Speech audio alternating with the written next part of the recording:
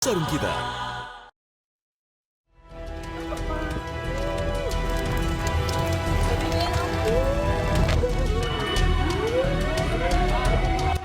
Beginilah rekaman video amatir detik-detik kebakaran kios dan loket taksi di Jalan Raja Inal Siregar, Padang Sidimpuan, Sumatera Utara. Para pedagang rumah makan dan pemilik loket taksi berupaya memadamkan kobaran api dengan peralatan seadanya. Bangunan kios yang terbuat dari papan dengan cepat menyambar ke kios lainnya. Tiupan angin kencang membuat kobaran api dengan cepat membakar 7 kios di lokasi tersebut hingga rata dengan tanah. Sementara itu, asap tebal membumbung tinggi saat sebuah pabrik olahan pakan ternak milik PT Pokpan yang terletak di kawasan industri Kota Makassar, Sulawesi Selatan terbakar hebat. Dalam peristiwa tersebut, sebanyak 14 orang karyawan harus dilarikan ke Rumah Sakit Tajudin Makassar lantaran mengalami luka bakar serius saat hendak menyelamatkan diri. Ada ledakan yang berupa debu. Kemudian setelah kita lakukan kegiatan olah TKP, ternyata tadi ada korban, satu orang meninggal dunia, 2 memakai jangkit, kemudian ada 14 orang yang luka. Sementara 1 orang karyawan lainnya meninggal dunia lantaran terjebak di dalam lokasi kebakaran. Tim Liputan Ainis melaporkan.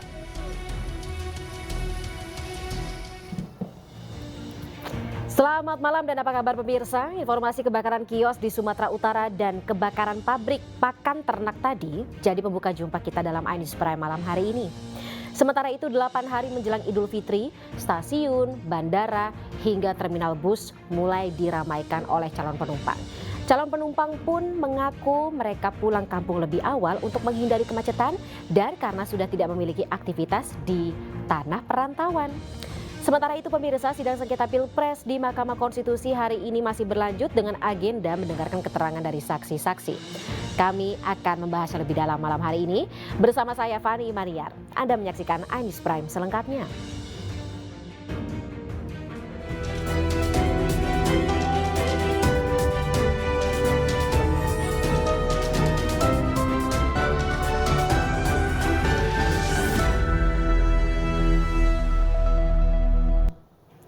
Ya pemirsa, 8 hari jelang Idul Fitri, masyarakat berangkat pulang kampung lebih awal. Informasinya akan kami hadirkan setelah jeda. Tetaplah bersama kami pemirsa dalam Ainis Prime.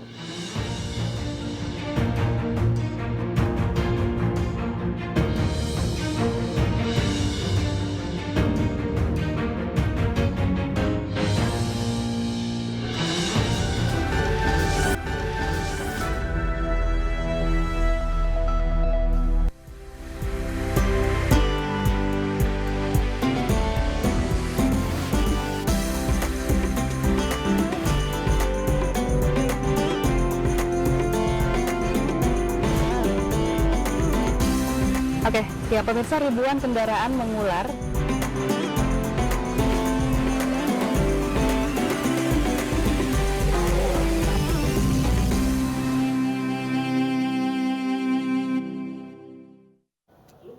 Pemirsa, arus mudik Hari Raya Idul Fitri 2024 diperkirakan akan dilakukan oleh 193,6 juta masyarakat Indonesia. Hal ini mendapatkan atensi dan perhatian khusus dari pihak Kepolisian Republik Indonesia. Korps Lalu Lintas Polri menyiapkan beberapa cara penindakan dan antisipasi untuk kelancaran arus mudik seperti menggelar operasi ketupat hingga memberlakukan kebijakan kontraflow dan pemberlakuan satu arah di jalur tol Jakarta Cikampek. Wilayah timur, kami sudah mempersiapkan dengan berbagai strategi dari mulai kontraflow. Kontraflow itu ada kontraflow 1 lajur, 2 lajur, 3 lajur dari mulai titik nolnya itu ada di daerah Cawang, di Halim. Kemudian ada kita juga kebijakan one way. Kemudian ada juga ganjil genap yang akan kita laksanakan sampai di daerah Kalikangkung di Semarang, Jawa Tengah. Namun secara preemptif pencegahan kita sudah menandatangani SKB, perjanjian kerjasama dengan kementerian yang lain untuk pembatasan kendaraan angkutan barang untuk melintas dari mulai tanggal 5 sampai dengan tanggal 16, 5 April sampai tanggal 16. Itu diharapkan dapat mengurangi kepadatan atau visi rasio yang terjadi di jalan tol Jakarta. Pemirsa, jelang Lebaran 2024, sejumlah pemudik mulai memadati stasiun Pasar Senen untuk mudik lebih awal. Mudik lebih awal ini dilakukan untuk menghindari kepadatan saat puncak arus mudik tiba. Hingga malam ini, situasi di stasiun Pasar Senen masih ramai. Hari ini tercatat ada sekitar 25.000 penumpang yang melakukan perjalanan dari stasiun Pasar Senen. Di masa angkutan Lebaran kali ini, PT KAI menyediakan tiket sebanyak 957.138 tiket. Dari total tiket tersebut, sudah ada sebanyak 652.000 tiket yang terjual dan masih tersedia sekitar 307.000 tiket. Sementara puncak arus mudik diprediksi akan terjadi pada 8 April 2024 dengan total penumpang sebanyak 41.504 penumpang.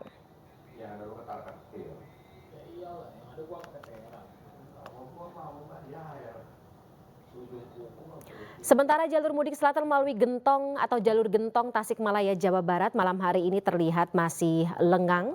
Meski demikian, semua persiapan sudah dilakukan oleh jajaran Polres Tasikmalaya Kota, di mana sejumlah pos pengamanan Lebaran sudah terlihat berdiri di sejumlah titik. Jalur Gentong sendiri menjadi titik kemacetan saat arus balik Lebaran karena saat arus mudik biasanya pemudik lebih memilih jalur tol Cipali. Selain itu, kondisi cuaca yang masih sering hujan menjadikan jalur Gentong Tasikmalaya rawan terjadinya longsor.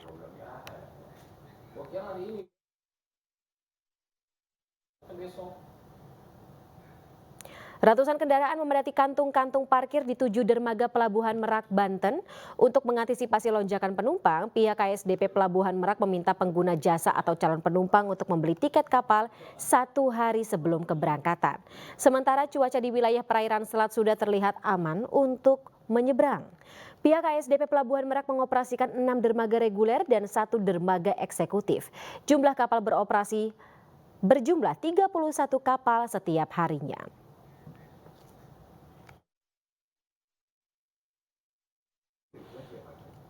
8 hari menjelang Idul Fitri, pemirsa, situasi di stasiun Pasar Senen Jakarta terpantau mulai dipadati oleh para penumpang yang akan melakukan mudik lebih awal. Di Pelabuhan Merak yang akan menyeberang ke Pulau Sumatera juga terpantau ramai. Tapi ini berbeda dengan apa yang terjadi di jalur Gentong Jawa Barat di mana situasi terlihat masih lengang. Kita akan pantau situasi terkini bersama dengan rekan-rekan Irfan Hardiansyah di stasiun Pasar Senen Jakarta. Ada juga Iskandar Nasution di Pelabuhan Merak serta Asep Juharyono di Gentong Jawa Barat. Kita ke stasiun Senen terlebih dahulu. Irfan, selamat malam. Saat ini atau malam hari ini ada berapa keberangkatan dari stasiun Pasar Senen? Baik, terima kasih Fani dan juga pemirsa. 8 hari menuju Lebaran 2024. Situasi terkini di stasiun Pasar Senen Jakarta Pusat ini sudah mulai ramai oleh pemudik yang melakukan perjalanan pemudik lebih awal. Dan memang stasiun Pasar Senen ini menjadi salah satu pilihan masyarakat untuk melakukan perjalanan mudik setiap tahunnya. Dan para pemudik ini mengaku melakukan perjalanan mudik lebih awal dikarenakan ingin lebih lama bersilaturahmi dengan sanak saudara di kampung halamannya, kemudian juga menghindari kepadatan oleh pemudik lainnya. Dan dari informasi yang kami dapatkan dari Kepala Humas PT KAI Daob 1 Jakarta, yakni Ikspan Hendri Wintoko, menyampaikan bahwa secara total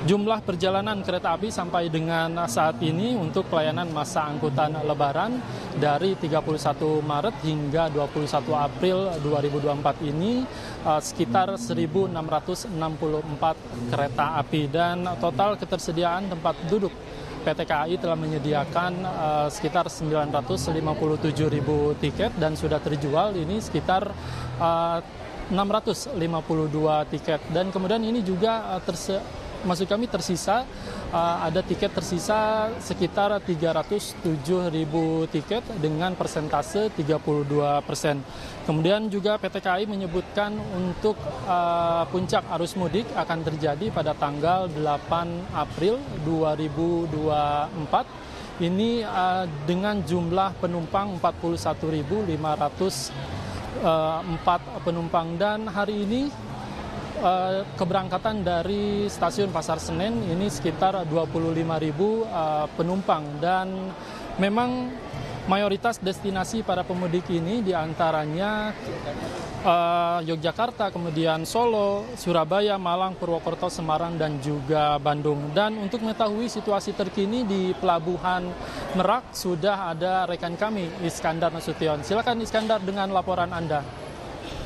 Baik, terima kasih. Dapat saya sampaikan bahwasanya saat ini saya sedang berada di dermaga 6 di Pelabuhan Merak, Banten. Saat ini sejumlah kendaraan, khususnya truk, terlihat memadati kantong-kantong parkir yang ada yang telah disediakan oleh pihak pelabuhan. Saat ini ada 31 kapal yang disiagakan untuk penyeberangan dari Pulau Sumatera menuju maksudnya dari Pulau Jawa menuju Pulau Sumatera, dan ada 6 dermaga reguler dan 1 dermaga eksekutif. Untuk saat ini cuaca di Pelabuhan Merak sendiri dan di Selat Sunda ini terbilang cukup tenang, dan ini akan memudahkan perjalanan arus mudik menuju Pulau Sumatera. Dan untuk saat ini tren pemudik sendiri ini justru terjadi pada malam hari, karena untuk menghindari cuaca terik dan panas pada siang hari biasanya memang pemudik akan melakukan perjalanan mudik pada malam hari hingga dini hari nanti. Nah, untuk mengetahui arus mudik di Gentong Tasikmalaya, saat ini kita sudah terhubung dengan Asep Yuharyono. Silakan Asep Yuharyono, laporannya. Untuk rekan Iskandar Nasution yang barusan sudah melaporkan dari Merak. Saat ini kebetulan saya sedang berada di jalur Gentong, di mana di jalur Gentong ini adalah merupakan salah satu titik rawan kemacetan yang bisa terjadi di jalur selatan bagi para pemudik ataupun arus balik. Karena memang di jalur Gentong ini memang daerahnya selain berliku, banyak tikungan tajam, dan banyak tanjakan yang curam juga. Selain itu, untuk menjelang kesiapan menyambut arus mudik dan arus balik, tentunya jajaran Polres Tasikmalaya Kota telah menyediakan atau membangun sejumlah pos pengamanan Lebaran tahun 2024 seperti di wilayah Gentong, di wilayah Simpang 3 Pamoyanan, dan beberapa wilayah lainnya di Kota Tasikmalaya, Jawa Barat. Seperti diketahui bahwa di wilayah Gentong ini memang merupakan daerah yang cukup rawan dengan terjadinya longsor, karena memang di Gentong ini selain emang banyaknya tebing, karena tingginya curah hujan juga bisa mengakibatkan terjadinya longsor, sehingga bagi para pemudik memang harus lebih berhati-hati saat melintasi jalur Gentong ini. Selain itu memang di jalur Gentong juga ada beberapa titik-titik kemacetan yang lainnya. Di antaranya adalah merupakan terjadinya penyempitan jalur di jalur letter U, adanya biasanya terjadinya mudik lokal atau silaturahmi di wilayah Gentong sendiri atau Kadipaten sendiri. Selain itu adanya 6 pintu perlintasan kereta api di sepanjang jalur Gentong. Dan itu tentunya akan menjadi salah satu penyebab kemacetan yang ada di wilayah Tasikmalaya ini. Selain itu di Gentong juga perlu saya sampaikan bahwa memang kondisi di jalur Gentong cukup kurangnya penerangan di jalur Gentong ini menjadi salah satu kendala juga bagi para pemudik, dan para pemudik tentunya harus tetap berhati-hati apabila Anda melalui jalur Gentong. Kondisi jalur Gentong saat ini memang masih terlihat terpantau masih sepi, karena memang kebanyakan untuk jalur mudik ini kebanyakan bagi para pemudik lebih memilih jalur Cipali daripada jalur Gentong, karena memang jalur Gentong akan terjadi peningkatan atau kemacetan terjadi pada saat arus mudik Lebaran nanti. Demikian Fani, laporan dari Gentong Tasikmalaya. Baik, Terima kasih kawan-kawan. Sebelumnya ada Irfan Hardiansyah di Stasiun Pasar Senen Jakarta, kemudian Iskandar Nasution di Pelabuhan Merak, dan barusan Asep Juharyono di Jalur Gentong, Jawa Barat. Terima kasih rekan-rekan, sampai dengan malam masih bertugas, jaga kesehatan selalu, tapi selamat kembali bertugas. Selamat malam. Kita ke informasi selanjutnya pemirsa, terkait dengan ribuan pemudik yang saat ini memadati Pelabuhan Makassar, dan kita mengetahui Pelabuhan Makassar ini menjadi salah satu tempat yang terlihat di mana ribuan pemudik bertolak dari Pelabuhan Makassar menuju Pulau Jawa dalam momen Lebaran tahun ini. 15 kapal pelni pun disediakan untuk mengangkut para pemudik.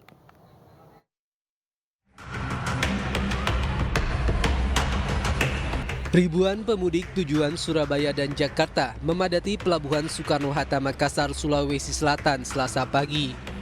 Sebanyak 1.561 pemudik bertolak dari Makassar menggunakan kapal pelni KM Dorolonda setelah sebelumnya kapal ini menurunkan sebanyak 532 pemudik dari Pelabuhan Bau-Bau.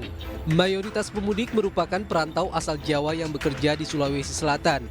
Momen Lebaran ini dimanfaatkan mereka pulang ke kampung halaman untuk menikmati Lebaran bersama keluarga. Pada momen arus mudik Lebaran tahun ini, disediakan 15 kapal pelni untuk mengangkut pemudik. Kapal pelni siap untuk mudik. Alhamdulillah saat ini di kantor pelni itu masih melayani baik online maupun secara langsung ke loket. Jadi kita masih ada servis di sana, yang tidak tahu mungkin aplikasinya ya langsung ke loket. Diketahui, pemudik di Pelabuhan Makassar telah mengalami peningkatan sejak 27 Maret kemarin. Sementara itu, puncak arus mudik diprediksi akan terjadi pekan ini. Dari Makassar, Sulawesi Selatan, Leo Muhammad Nur, iNews melaporkan.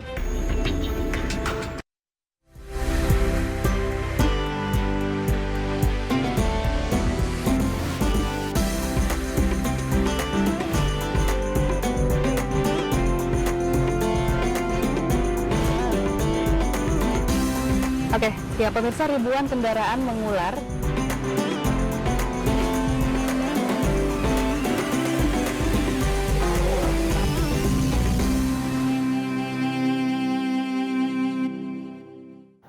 Pemirsa, sidang sengketa Pilpres di Mahkamah Konstitusi berlanjut dengan agenda mendengarkan keterangan dari para saksi. Informasinya akan kami hadirkan setelah jeda.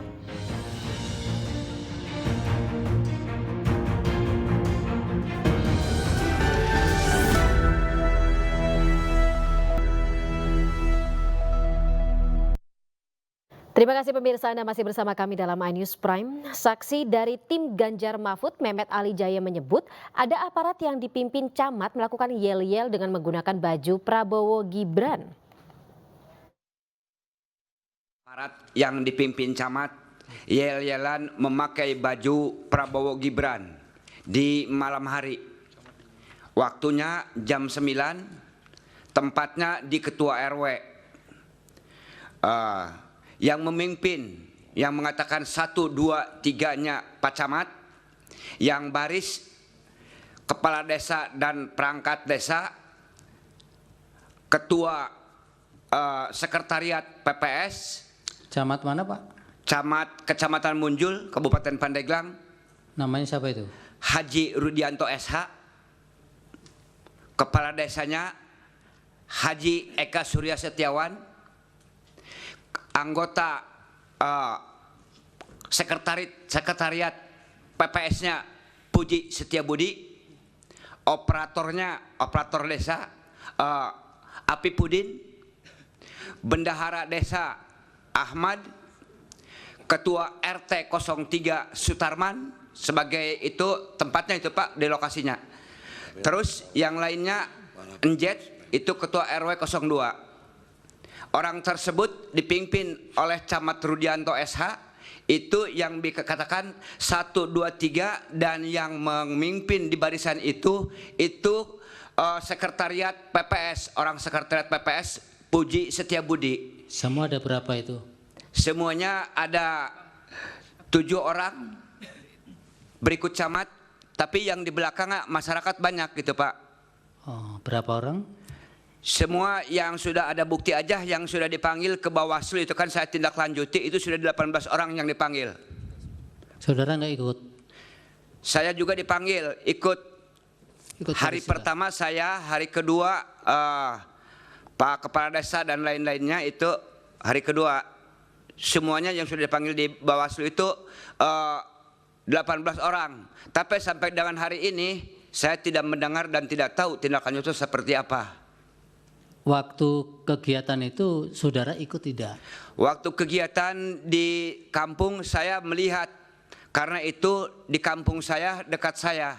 Tidak ikut ya tapi ya? Tapi tidak ikut saya karena orang-orang itu semua sudah tahu bahwa saya orang kader PDI Perjuangan. Oh.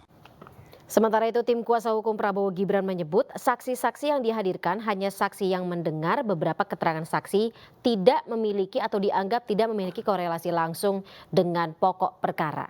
Selain itu tim kuasa hukum juga menyebut pelanggaran terstruktur, sistematis dan yang dituduhkan oleh pihak-pihak penggugat tidak bisa dibuktikan.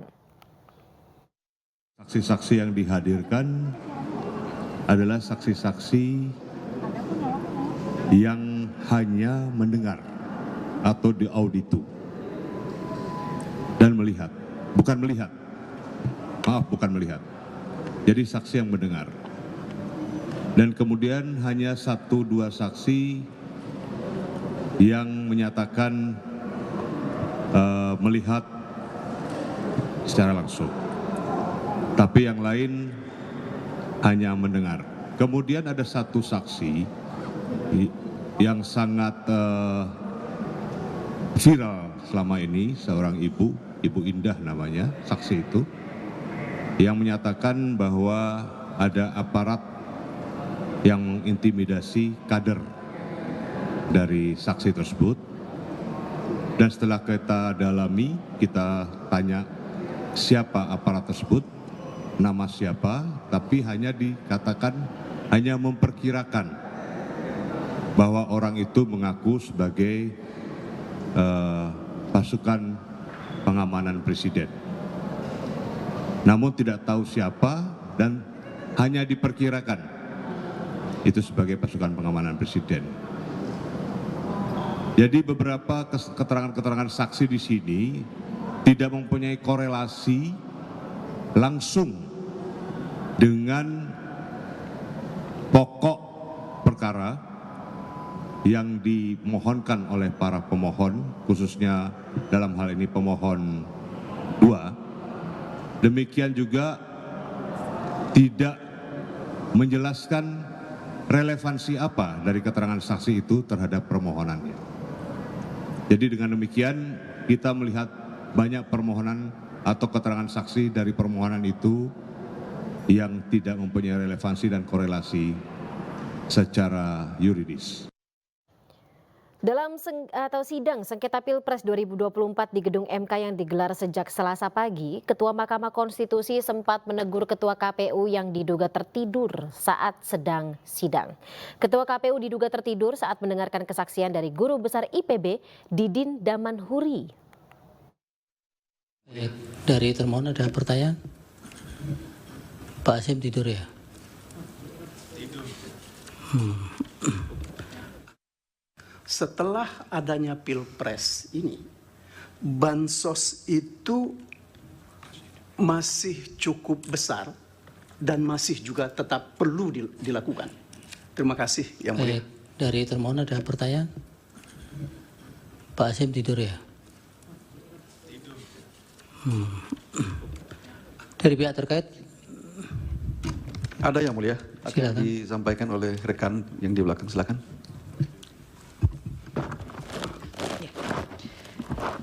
Kami ingin mendalami pendapat dan paparan ahli yang tadi menyatakan bahwa El Nino seharusnya berakhir di bulan November 2023 sehingga bansos sampai dengan Februari 2024 diasumsikan sebagai politisasi pemilu.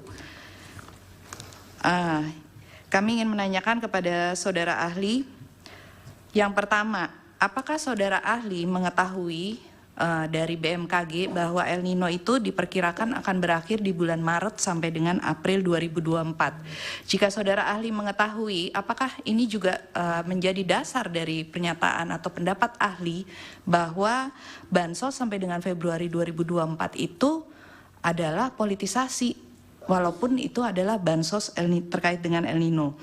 Kemudian pertanyaan mengenai cadangan beras.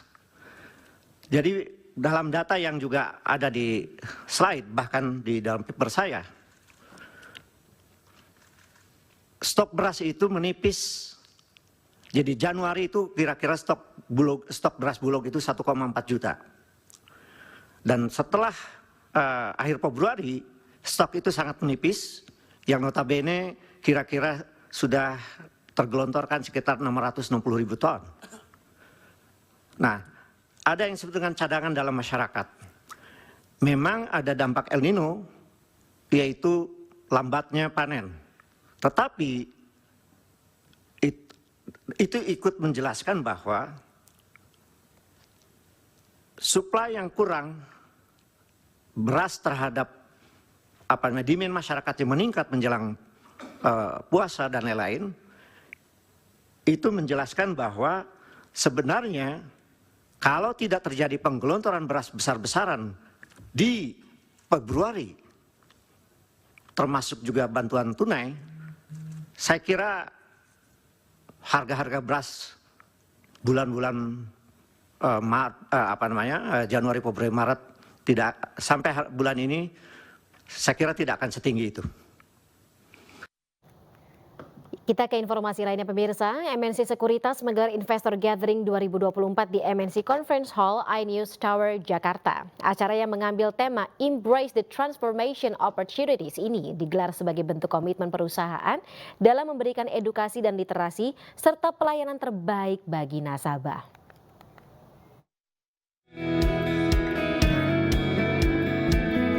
MNC Sekuritas terus memberikan pelayanan terbaik bagi nasabah. Salah satunya dengan menggelar Investor Gathering 2024 di MNC Conference Hall iNews Tower, Jakarta. Acara ini memberikan beragam informasi kondisi ekonomi dan investasi terkait peluang investasi yang menguntungkan di pasar modal. Anak perusahaan MNC Group ini berhasil menorehkan sejumlah prestasi sepanjang tahun 2023. MNC Sekuritas sepanjang 2023 kami sudah berhasil menorehkan beberapa prestasi ya, jumlah nasabahnya juga naik lebih hampir 20.000 nasabah, lalu point of sales kita di seluruh Indonesia juga berkontribusi ya. Kami juga sepanjang tahun 2023 sudah memberikan edukasi, literasi untuk pasar modal. Ke depan jumlah investor kita akan semakin bertambah dan juga stabilitas ekonomi, stabilitas politik yang bagus di negara kita ini menjadi modal yang baik untuk pasar modal terus berkembang. Sebagai wujud perhatian kepada anak bangsa, MNC Sekuritas menyerahkan donasi pada program Syariah Investment Festival 2024 pada Rumah Zakat di Disabir. Donasi ini merupakan infak saham dari kontribusi investor MNC Sekuritas. Dari Jakarta, Anggita Maura, Zulkarnain, iNews melaporkan.